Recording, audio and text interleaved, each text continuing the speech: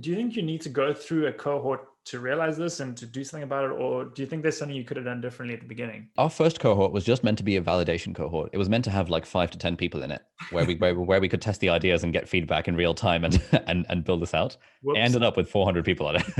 And so, in a way it was the validation cohort. But once we had that number of people, we were thinking, okay, let's do everything we can to make this good, which is why I reached out to you and people like Charlotte Crowther just to get other people's expertise on board.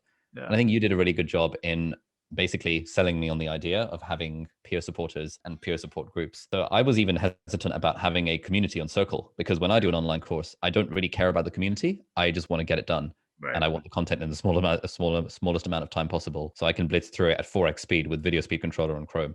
Right. Thankfully, my team pushed back and said, actually, that's not normal. People do appreciate community. And so that was how we set up a community on Circle. And then after the chat with you, I was like, damn, you're right. We do need this journey group. Yeah. So yeah, really, really happy to have your perspective on that one. Yeah. And so for those who are not familiar, like the key difference here is Ali is the destination, and his session's the destination group. He's the destination leader, and what differentiates that is it's where people aspire to be, and then he breaks it down in the frameworks and sort of reverse engineers the steps to get there. But the journey group, the hard part about doing any of this is just taking the next step. And people start at all different points of their journey. And so the journey groups, and it was actually Ali's idea to call them peer supported groups, which I think takes it even closer to the student, is to have people have groups basically just to be vulnerable and to share about that emotional side of it, and I think you saw some interesting benefits from that as well, is in that it was like quick feedback for you to make changes to your sort of destination sessions. Yeah, it was incredibly helpful. Like, we did a session about gear where lots of people apparently after the session felt overwhelmed at the fact that they had to buy lots of gear. And that was not my intention, but of the session, but it was clearly the impression that people got. Yeah. And so later that day, there was a peer support group where that was the only thing that was being discussed. Yeah. And so I immediately had feedback from the peer supporters saying, this is a problem. People are concerned they have to spend $5,000 on camera equipment. Yeah. Can we address this?